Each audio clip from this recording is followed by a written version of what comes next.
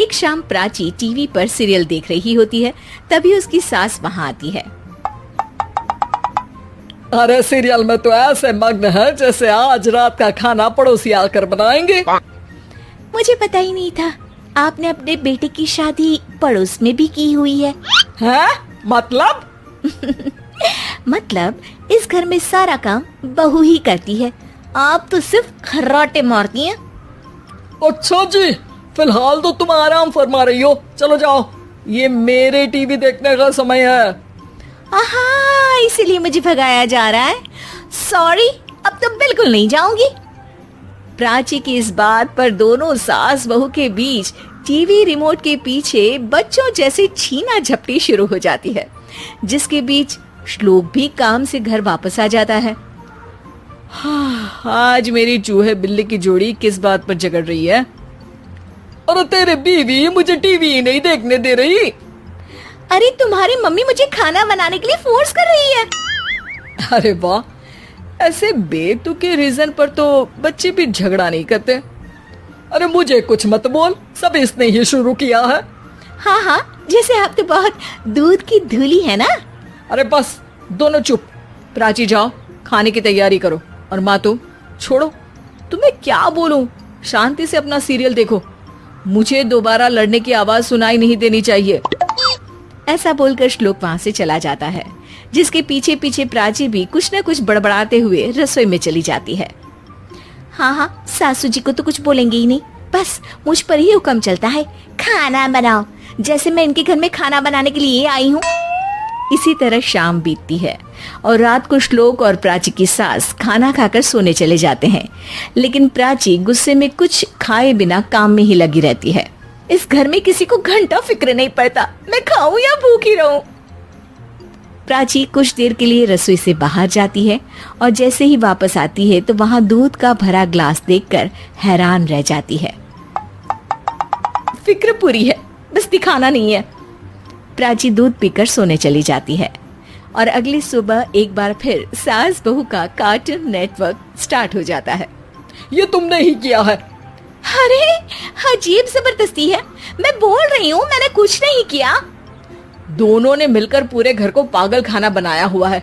यहाँ कोई नॉर्मल इंसान तो रह ही नहीं सकता, इसीलिए अब पड़ोसी क्या रिश्तेदार भी घर आने से कतराते हैं। और सुन बेटे, तू भी चंगा, तेरी माँ भी चंगी, तेरी बीवी भी चंगी, रिश्तेदार। हाँ जी, आपको नहीं पता क्या, गंगाधर ही शक्तिमान है, रिश्तेदार ही। हाँ हाँ, बस समझ गया।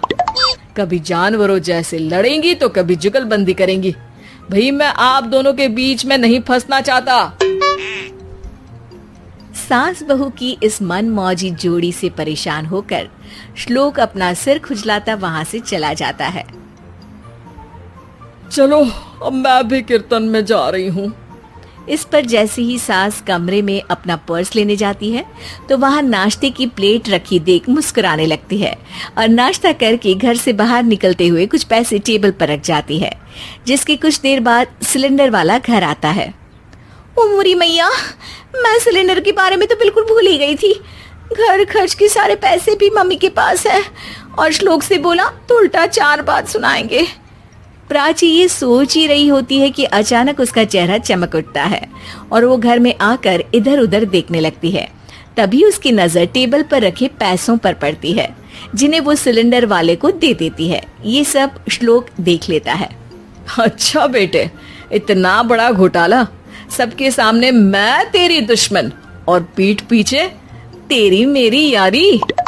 इस पर श्लोक एक प्लान बनाता है और शाम को सब एक साथ बैठे होने पर बोलने लगता है। माँ, तुम दोनों की बहुत लड़ाई होती है, इसलिए मैं सोच रहा हूँ कि प्राची को उसके घर छोड़ाऊं, इससे वो भी खुश रहेगी और तुम भी। अचानक श्लोक की ये बात सुनकर सास बहू शौक से उसकी तरफ देखती है। अरे ऐसे कैसे घर छोड़ाओगे, मुझे कहीं नहीं जाना।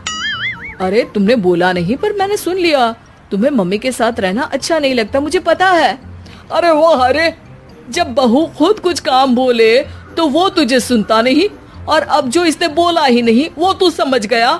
जब उसे नहीं जाना तो फिर जबरदस्ती क्यों कर रहा है?